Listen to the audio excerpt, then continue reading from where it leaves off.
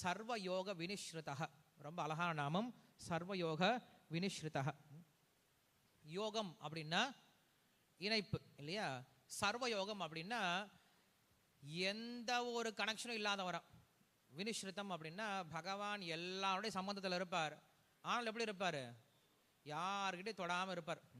கிருஷ்ணர் சொல்லார் இல்லையா, மயா ததமிதம் சர்வம் ஜகத் அவ்யக்த மூர்த்தினா மத்ஸ்தானி சர்வபூதானி நதாகம் தேசு அவஸ்திதா.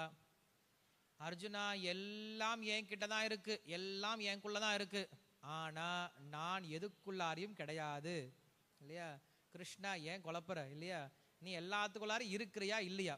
எல்லாமே எனக்குள்ள தான் இருக்கு, நானும் எல்லாத்துக்குள்ளாரும் இருக்கேன், ஆனாலும் எனக்கும் இதுக்கும் எந்த சம்மந்தமே கிடையாது அப்படின்னு சொல்லிட்டார். ஒரு கவர்மெண்ட்டும் சிறைச்சாலையும் போலதான். கவர்மெண்ட் இருக்கு, மத்திய சிறைச்சாலை இங்கே இருக்கு, மதுரையில் இருக்கு. ஸோ கவர்மெண்ட் என்ன பண்ணுது, ஒரு சிறைச்சாலை நடத்திட்டு இருக்கு.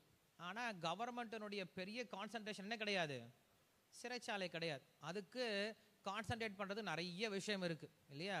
கவர்மெண்ட் அரசாங்கம் வந்து பார்த்துக்கிறது நிறைய காரியங்கள்லாம் இருக்குது. சிறைச்சாலை இருக்கு பார்த்துக்கிறீங்களா, பார்த்துக்கிறீங்க. ஆனால் சிறைச்சாலைக்கு தினசரி போயிட்டு வர மாட்டாங்க. தினசரி வந்து இதுக்காக மதுரை கலெக்டர் தினசரி சிறைச்சாலை பார்த்துட்டு வர போகிறாரா? அதெல்லாம் பார்க்க மாட்டேன். அவருக்கு அவர் ஆஃபீஸ் இருக்குது, அவர் நிறைய வேலை இருக்குது இல்லையா? அது போல் பகவான் எப்படி இருக்கார், எல்லாத்தோடையும் இருந்தும் எதுக்கிட்டையும் தொடர்பில்லாமல் இருக்கார். அதனால் அவருக்கு பேர் சர்வயோக வினுஸ்ருதா அப்படின்னு பேர் கொடுக்குறார். இன்னொரு அர்த்தம் கொடுக்குறாரு, என்ன அப்படின்னா பகவானை எந்த ஒரு எளிமையான வழியிலையும் அடைய முடியும் அப்படிங்கிறதுனால அவனுக்கு பேர் சர்வயோக வினுஸ்ருதா. ரெண்டு அர்த்தமும் கொடுக்குறார். ஒரே வார்த்தை, ஒரே பேருக்கு ரெண்டு அர்த்தம் இருக்கு. எந்த வழிமுறையினாலும் என்ன பண்ண முடியாது, பகவானை அடையவே முடியாது. சர்வயோக வினுஸ்ருதா, பகவானை அப்ரோச் பண்ணவே முடியாது, பகவானை பிடிக்கவே முடியாது அப்படின்னு ஒரு அர்த்தம். அதற்கு அப்படி ஆப்போசிட் அர்த்தம் என்னது, சர்வயோக வினுஸ்ருதா, ரொம்ப சின்ன காரியம் பண்ணா கூட போதும், என்ன பண்ணிடலாம், பகவானை போய் பிடிச்சிடலாமா. அதெல்லாம் அவனுக்கு பேரு சர்வயோக வினுஸ்ருதா அப்படின்னு சொல்றார். பெரிய ஹனுமான் என்ன பண்ணிட்டாரு, ராமருடைய கருணையை பெற்றுட்டாரு. சின்ன அணில் என்ன பண்ணிடுச்சு, ராமருடைய கருணையை பெற்றுடுச்சு. அணில் ஆழ்வார்னு சொல்றது உண்டு இல்லையா? அணிலுக்கே பேர் கொடுத்துட்டாங்க, ஆழ்வார்னு பேர் கொடுத்துட்டாங்க. அணில் ஆழ்வார் அவர் என்ன பண்ணாருன்னா எந்திரிச்சு வந்து பார்த்தாரு, இந்த குரங்கெல்லாம் என்ன பண்ணுது, திபுன்னு பெரிய பெரிய மலையெல்லாம் தூக்கிட்டு போகுது. ஒரு மலையை தூக்கிட்டு போகும். ராமர் பார்த்து வெரி குட் சபாஷ் அப்படின்னு சொல்லுவார். போய் ராமர் பார்க்கறாரே அப்படின்னு சொல்லி தெரிஞ்சுக்கிட்டு அடுத்த முறை வரும்போது என்ன பண்ணும், 2 மலையை தூக்கிட்டு வருவான். ராமர் பார்த்து இன்னும் சந்தோஷம், டபுள் சந்தோஷப்படுவான்னு சொல்லிட்டு. இப்படி ராமனுடைய புன்னகைக்காக என்ன பண்ணுறாங்க, அந்த குரங்கெல்லாம் மலையை தூக்கிட்டு ஓடி வருமா. அந்த சமயத்தில் இந்த சின்ன அணில் குடுன்னு ஓடி வருது, இந்த பக்கம் சுற்றி அந்த பக்கம் சுற்றி பார்க்குது. பார்த்துட்டு அதை யோசிக்குது, அடேங்கப்பா இந்த குரங்குங்கள்லாம் இவ்வளோ பெரிய மலையை தூக்கிட்டு வருது அப்படின்னு சொல்லிட்டு ஆச்சரியப்படுதான். அந்த அணிலோடைய மனசில் ஒரு சின்ன ஆசை, நாமும் ராமருக்கு ஏதாவது சேவை பண்ணும் அப்படின்னு ஆசை. சேவை பண்ணுன்னு சொன்ன உடனே நம்மளால எங்கே முடிய போகுது, இதெல்லாம் இவ்வளோ பெரிய மலையை தூக்கிட்டு வருது, நம்மளாம் தூக்கிட்டு வர முடியுமா, நம்மளால ஒன்றும் ஆகாது, நம்மளாம் சின்ன அணில் சார் அப்படின்னு நினைக்கலையா. நம்ம பண்ணலாம், முக்கியமான சேவை பண்ணலாம் அப்படின்னு சொல்லிட்டு யோசிக்குதான். என்ன சேவை பண்ணலாம், இதுங்கெல்லாம் கல் அடிக்குது, யாரு, இந்த வானரங்கள்லாம் கல்லை தூக்கிட்டு போய் அடிக்குது.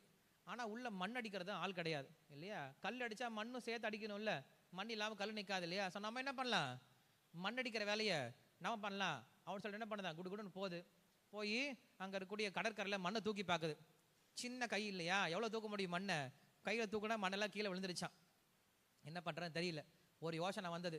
அப்புறம் என்ன பண்ணுது, குடுன்னு போய் தண்ணியில் உருண்டு புரளுது, உடம்பெல்லாம் தண்ணி அடிச்சு. இப்போ ஓடி வருது, கரையில் விழுந்து புரளுது, உடம்பெல்லாம் மண் ஒட்டிக்கிச்சு. இப்போ மண் நிறையா ஒட்டிக்கிச்சு இல்லையா? அப்புறம் என்ன பண்ணுது, குடுன்னு மறுபடி ஓடி வருது. ஓடி வந்து அந்த இடத்துல எங்கெல்லாம் வந்து பாலம் கட்டிட்டு இருக்கோம் அந்த இடத்துல உடம்பு இப்படி ஒரு சிலுக்கிறது, மண்ணெல்லாம் கீழே உதிரும். மறுபடியும் ஓடுறது, போய் தண்ணியில் உருண்டு புரள்றது, மறுபடியும் வந்து மண்ணில் புரள்றது, மறுபடியும் அங்கே போய் உடம்பு உதுக்குறது. இப்படியே இப்போ என்ன பண்ணுது, மண்ணை ஊற்று சேவை பண்ணிட்டு இருக்கான். இது உடம்புல போய் எப்போ மண்ணை கொண்டு வந்து எப்போ உதுத்து எப்போ மண் அடிக்கிறது இல்லையா? எத்தனை ஜென்மம் ஆனாலும் முடியாது. ஆனாலும் அந்த குரங்குகள்லாம் போயிட்டு இருக்குல்ல, அந்த குரங்குகளுடைய காலில் மெதிப்பட்டா என்ன ஆகிறது, சட்னி தான் இல்லையா? அது யோசிக்கவே இல்லை, ஐயோ நம்ம உயிர் போயிடுமே அப்படின்னு யோசிக்கல. நம்ம பண்ணுற சேவையில் ஒன்றுமே பிரயோஜனம் இல்லைன்னு யோசிக்கல. அது என்ன பண்ணுது, தன்னால் என்ன பெஸ்ட்டாக பண்ண முடியும் அதை பண்ணிகிட்டு இருக்கு. இது யாரும் பார்க்காம இருக்கலாம், ஆனால் ராமர் பார்க்காம இருப்பாரா? ராமர் பார்த்துட்டார். பார்த்துட்டு லக்ஷ்மணன் கிட்ட சொல்கிறார், லக்ஷ்மணா அந்த அணிலை மெதுவாக பிடிச்சிட்டு வா அப்படின்னு சொல்கிறார். லக்ஷ்மணன் என்ன பண்ணுறார், மெதுவாக அணிலை கொண்டு வந்து கொடுக்குறார். அந்த அணிலை என்ன பண்ணுறார், ராமர் கையில் எடுத்து வச்சுட்டு தடவி கொடுக்குறாரு. அணிலே உனக்கு எவ்வளவு ஒரு மன உறுதி இருந்தா இவ்வளவு நீ சேவை பண்ணுவ அப்படின்னு சொல்லிட்டு அந்த அணில் என்ன பண்ண தடவை கொடுத்தாரு. எந்த கைகளால சீதையை தொடராலோ, எந்த அந்த கைகளால ஹனுமான தொட்டு ஆசீர்வாதம் பண்ணாரோ, அதே கை யாரை இப்ப ஆசீர்வாதம் பண்ணிருக்கு? அணிலையும் ஆசீர்வாதம் பண்ணிடுச்சு. அதாங்க சொல்லாரு சர்வயோக வினிஸ்ருதா. நாம் பகவானுக்கு நம்மால முடிஞ்ச ஒரு சின்ன சேவையை பண்ணா என்ன பண்றாரு பகவான்? அதை எடுத்துக்கிறேன்னு சொல்லி சொல்றாரு. அதுக்காக நீங்க சின்ன சேவை பண்ணக்கூடாது. ஏன்னா அணிலால் அதான் பண்ண முடியும், அணிலால் அதுக்கு மேலே எதுவும் பண்ண முடியாது. அது அணில் சேவை. நம்மளும் என்ன பண்றோம்? நானும் அணில் மாதிரி சேவை பண்றேன் பிரபு. ஏதோ குரங்கு சேவையில் அணில் சேவை. பொண்ணு வைக்கிற இடத்துல பூ வைக்கிறேன், ஒரு 10,000 ரூபா கொடுக்குற இடத்துல 10 ரூபா வைக்கிறேன் அப்படின்னு சொல்லக்கூடாது. நம்ம கிட்ட 10,000 ரூபா கொடுக்க முடியும் அப்படின்னா நான் 20,000 ரூபா கொடுக்குறேன்னு சொல்லணும் இல்லையா? என்னால் இவ்வளோதான் செய்ய முடியும், சேவை பண்ண முடியும் அப்படின்னா அதுக்கு டபுளான சேவை செய்யணும்னு சொல்லி போகணும். அப்படிப்பட்ட சேவை மனப்பான்மை இருந்துச்சு அப்படின்னா பகவான் பார்த்து நம்மளுக்கு சக்தி கொடுக்க ஆரம்பிச்சிருவார். ஸோ அதான் இங்கே சொல்றாரு சர்வயோக வினுஷ்ருதா அப்படின்னு சொல்லி சொல்றாரு. பகவானை எந்த வழிமுறையினாலும் அடைய முடியாது, ஆனால் அந்த பகவானை ரொம்ப சின்ன சேவையினால கூட அடைய முடியும். சர்வ